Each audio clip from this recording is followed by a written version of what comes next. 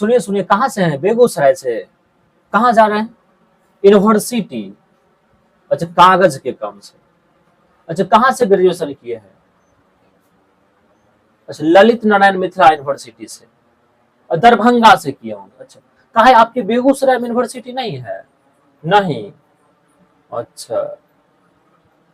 अच्छा, आपके परिवार का जब तबीयत खराब होता होगा तो कहाँ इलाज करवाते होंगे? अच्छा, प्राइवेट हॉस्पिटल में। और पैसा नहीं होता होगा गरीब व्यक्ति को तो? अच्छा, सदर अस्पताल में, या फिर ज्यादा सीरियस हो तो पटना पीएमसीएच या एम्स में। अच्छा, क्या आपके बेगूसराय में मतलब एम्स या फिर किसी प्रकार का अत्याधुनिक सदर अस्पताल नहीं है? नहीं। अच्छा जी, आप भी बेगूसराय से हैं? मैं आपसे भी पूछना चाहता हूँ, आप कहाँ से ग्रेजुएशन किए हैं? किस यूनिवर्सिटी से पढ़े हैं? शायद आपका भी आंसर होगा ललित नारायण मिथिला यूनिवर्सिटी। और शायद जब भी आपको कागजात की जरूरत पड़ती होगी तो हमेशा यूनिवर्सिटी का चक्कर लगाना पड़ता होगा, जिससे आपकी पढ़ाई हार होती होगी। मैं आप बेगूसराय वासियों से, खास करके युवाओं से पूछना चाहता हूं, उन अभिभावकों से पूछना चाहता हूं जो अपने बच्चे की पढ़ाई करवा रहे हैं, क्या आपके बेगूसराय में कोई यूनिवर्सिटी है जहां से आपके बच्चे पढ़ते होंगे? नहीं। आपके बच्चे अगर ग्रेजुएशन किए होंगे या पोस्ट ग्रेजुएट करते होंगे तो शायद वो मिथिला यूनिवर्सिटी से करते होंगे या मगध यूनिवर्सिटी से, दूसरे दूसरे यूनिवर्सिटी से करते होंगे। क्या आपका बेगूसराय एक यूनिवर्सिटी के लायक भी नहीं? क्या आपके बेगूसराय में एक यूनिवर्सिटी नहीं होनी चाहिए? क्या क्या यहाँ के लोग एकदम मूर्ख हैं जिनको मतलब यूनिवर्सिटी की कोई जरूरत नहीं है? मैं आपसे पूछना चाहता हूं कि यहाँ के बच्चों की पढ़ाई हार्म करके कभी भी आपको जरूरत पड़ती है तो बच्चे पढ़ाई छोड़ करके, क्लास छोड़ करके यूनिवर्सिटी दौड़ते हैं। क्या आपके बेगूसराय में क्यों नहीं यूनिवर्सिटी होनी चाहिए? बेगूसराय डिजर्व नहीं करता है क्या?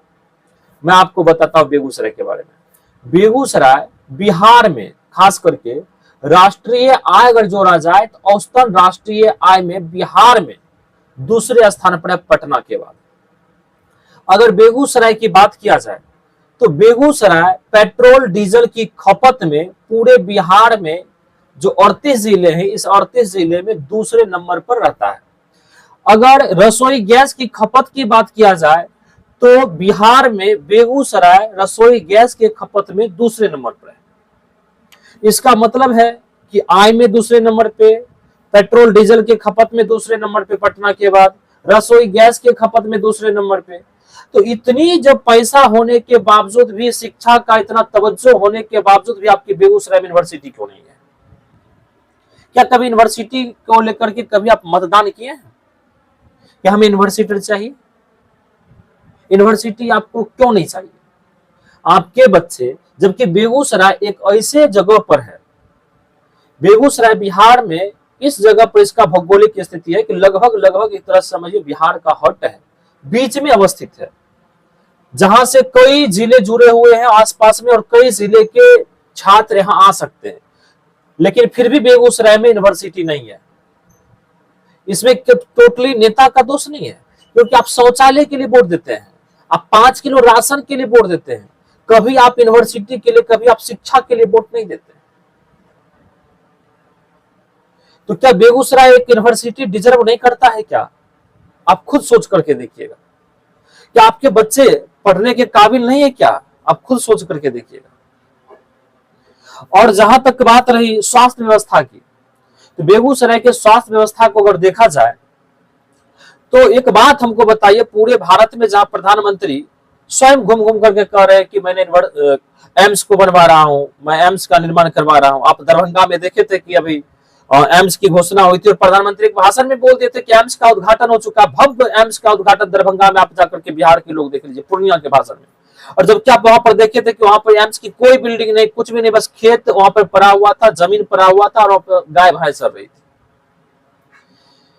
मैं आपसे पूछना चाहता हूं बेगूसराय वासियों से, क्या बेगूसराय को यूनिवर्सिटी नहीं चाहिए? बेगूसराय को एम्स की जरूरत नहीं है? अत्याधुनिक अस्पताल की जरूरत नहीं है क्या? मैं बताता हूं, बेगूसराय पटना के बाद स्वास्थ्य के मामले में दूसरे स्थान पे होता है। अगर प्राइवेट डॉक्टरों की बात किया जाए, प्राइवेट अस्पतालों की बात किया जाए, तो पटना के बाद अगर सबसे कहीं ज्यादा है तो बेगूसराय में। अगर आप बेगूसराय के होंगे निवासी तो आप खुद जाकर के बेगूसराय शहर में देखते होंगे, ऐसा कोई भी बिल्डिंग नहीं है जिसके अंदर एक प्राइवेट डॉक्टर नहीं बैठता हो। इसका मतलब है कि यहाँ पर आसपास के जिले, बेगूसराय के जिले के जो भी पेशेंट होते होंगे, जो भी रोगी होते होंगे, यहाँ से आमदनी उस प्राइवेट डॉक्टरों की अधिक होती होगी, तभी तो सभी डॉक्टर डॉक्टरी या एमबीबीएस करने के बाद सीधा बेगूसराय में आ जाते हैं।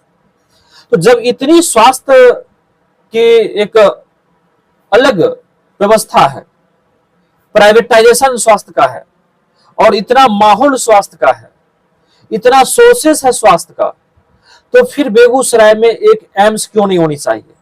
मैं आपसे पूछना चाहता हूं, क्या कभी एम्स के लिए वोट किए हैं आप? नहीं, 5 किलो राशन के लिए, क्योंकि आपके औकात ही 5 किलो राशन का है और आप उसी में जीना भी चाहते हैं। और आप बताइए कि स्वास्थ्य एक ऐसी व्यवस्था है कि आप पूरे जीवन जितना कमा लेंगे, अगर आपका परिवार भगवान न करे ऐसा हो, अगर किसी बीमारी के लपेट में आ गया तो पूरे जीवन की कमाई, पूरा संपत्ति आपका उस स्वास्थ्य में चला जाएगा।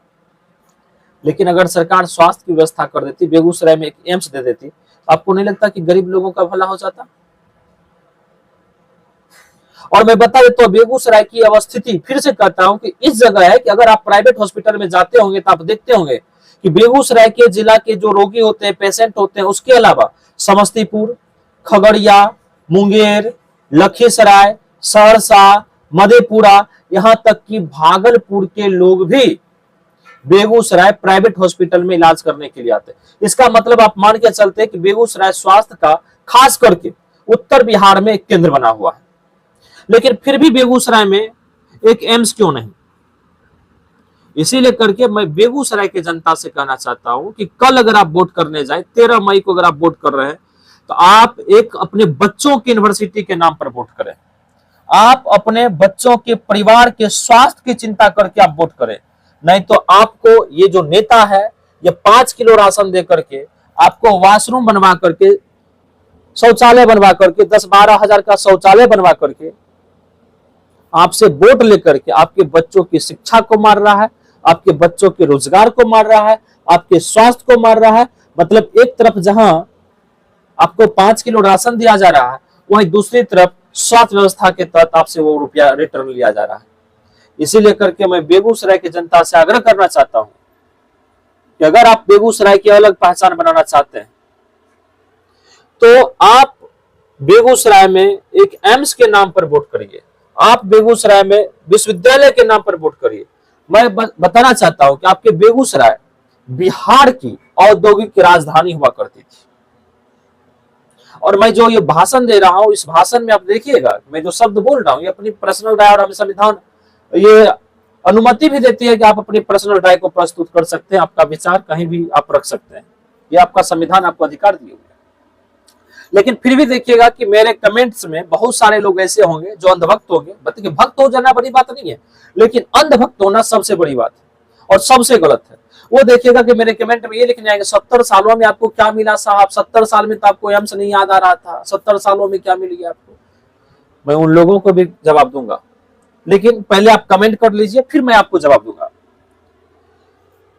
माननीय प्रधानमंत्री जब भी बेगूसराय आए हैं तो वो उलाव हवाई अड्डा पर उतरे हैं, और 2015 में जब आए थे तो उन्होंने उलाव हवाई अड्डा से उन्होंने कहा था कि मैं अगली बार आऊंगा तो इस हवाई अड्डा को चालू देखना पसंद करता हूं, ये हवाई अड्डा शुरू हो जाए। मैं आपसे पूछना चाहता हूं, क्या अगर एम्स खुल जाता तो स्वास्थ्य के साथ साथ उसके आस पड़ोस में जो भी लोग चाय का दुकान, पानी का दुकान, नाश्ता का दुकान, बिस्किट का दुकान अगर खुलता तो क्या लगता है वहां रोजगार सृजन होता या नहीं होता?